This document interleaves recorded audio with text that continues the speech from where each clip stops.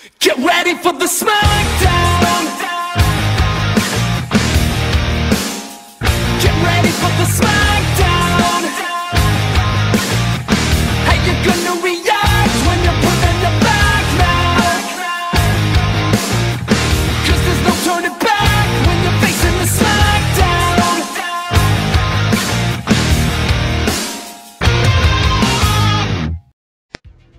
Okay, guys, you still with us? You still with us? I hope you guys are still with us. We're here to bring you the next fight. This one comes from I Am Superman, Super Batman. Sorry, I pronounced it wrong. And he has an interesting fight here for Bruce. This is a fight I would pay money to see in production or published. We're gonna have from Superpower Beatdown. Yeah, or Superpower Beatdown or something like that. We're gonna have Batman versus the Shredder. So we have Batman versus the Shredder. Let's get right into this, shall we? So once again, we all know about Batman. So let's move on to Orokusaki, the Shredder. So, oh man, when you think about the Turtles in general, guys, who's the first villain you think about right off the bat? The Shredder.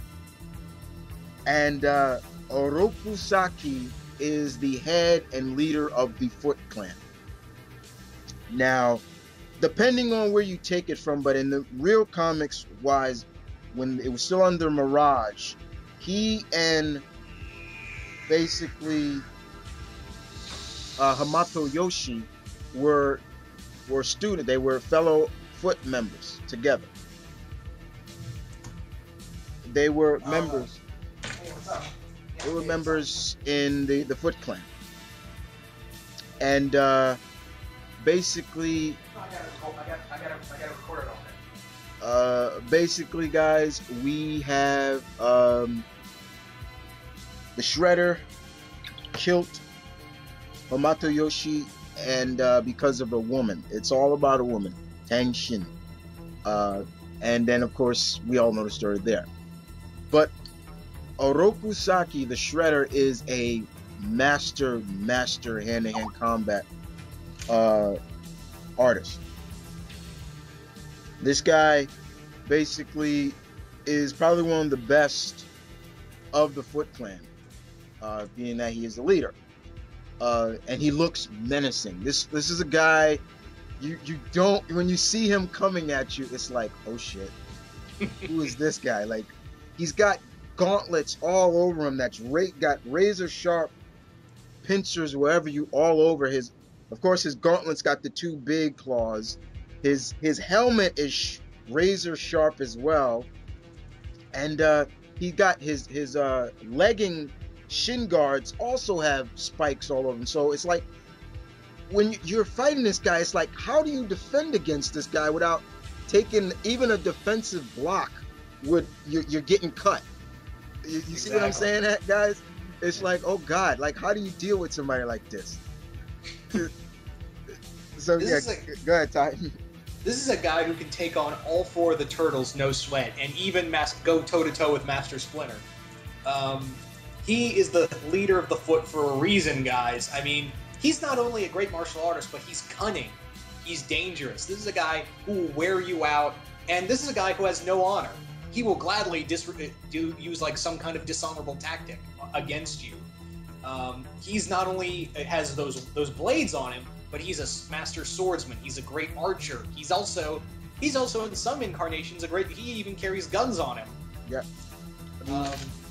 He has all sorts of weapons on him. I mean, he's got shurikens, knives, all of this stored on his armor.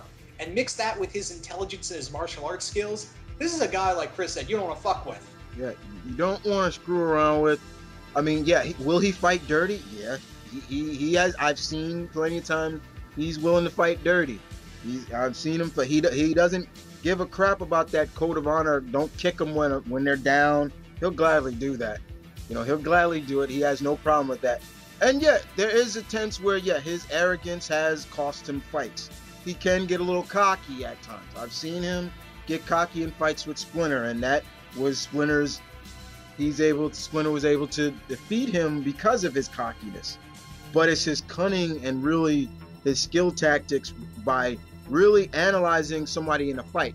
In a prior fight, he, like Ty said, he was able to analyze all four turtles in their strengths and weaknesses, and he was able to fight all of them on a level. You're like, okay, he's fighting 4 trained ninjas as well, and he's taking them on, no problem. Not only that, he's taken on some of the mutants of the TMNT universe. So he's very dangerous indeed, and it's kind of scary to know that this is a guy you don't want as your enemy in terms of, okay, if you're gonna fight Shredder, you better be prepared to die. That's the best way I can look at it. You're fighting Shredder, be prepared to die. If not, then you're gonna die, because he's willing to kill. He's not just gonna maim you. He's gonna try and kill you. That's his main purpose. I'm gonna kill you. I'm not going to just give you some scars just to remember me by. Very dangerous indeed. So let's move on to the battle breakdown, guys, on this one. All right. So, like I said, guys, Bruce the Dark Knight versus leader of the Foot Clan. Oh man, like I said, I would love to see this pretty much published. This would be a badass fight. Now, I would look at Shredder. I could see Shredder looking at Bruce and almost literally discrediting any of Bruce's abilities, like, you know, basically saying to him in a sense like, I've seen you face, I've heard of you, I've heard you face all these opponents, but they're nothing compared to me. Now, you would think that it'd be one-on-one. I don't think so. I see Shredder sending loyal Foot members out first to fight Bruce. Or even his daughter. Yeah, even his daughter or Karai to fight him first or so, quote unquote. And just to see, okay, what this guy, wear him down. That's his skill, though. He likes to wear his opponents down before him jumping into the fight. And that's the means of where Bruce is going to have to be on his toes. Because he's going to have Foot members coming at him from each sides, north, south, east, and west. So he's going to have to deal with that. So Bruce is going to use all his tools of the trade to able to fight this guy. And Bruce may come on top of that for a while. Because when you think about it, there is someone that Batman fights regularly in the DC universe that's kind of like Shredder, Ra's al Ghul. Right. So that's also going to play a lot of aspects to this fight, guys. You know, now, do I see any of Bruce's family getting involved? Maybe. Don't know. You know, I don't know. Maybe Robin or so will, you know, be there to, you know, help back up Bruce in terms of, you know, all the Foot members coming at him. But a one-on-one fight between Bruce and Shredder, this is going to be a good fight, because Bruce, his gauntlets, his gloves are kind of like laced with metal, and, you know, usually his suit is Kevlar laced.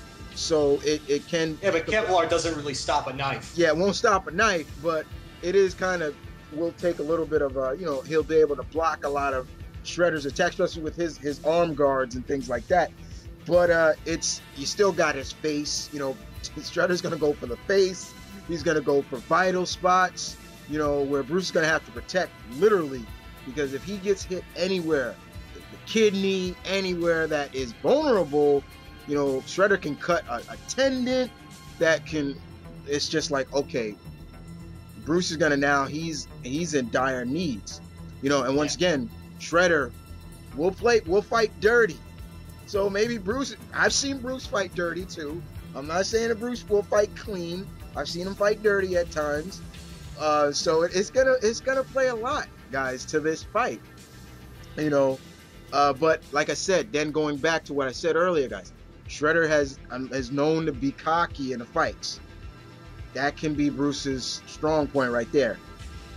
You know, But I might give this to Bruce, possibly, but he's got to watch his back, and he's not walking away from this. He's going to be limping or holding, he's going to need to call Alfred or Dick or somebody to pick him up. yeah, I definitely can see, like I said, if Bruce wins this, guys, I say he's not getting out of here unscathed. He's, like I said, he's going to probably have some missing teeth.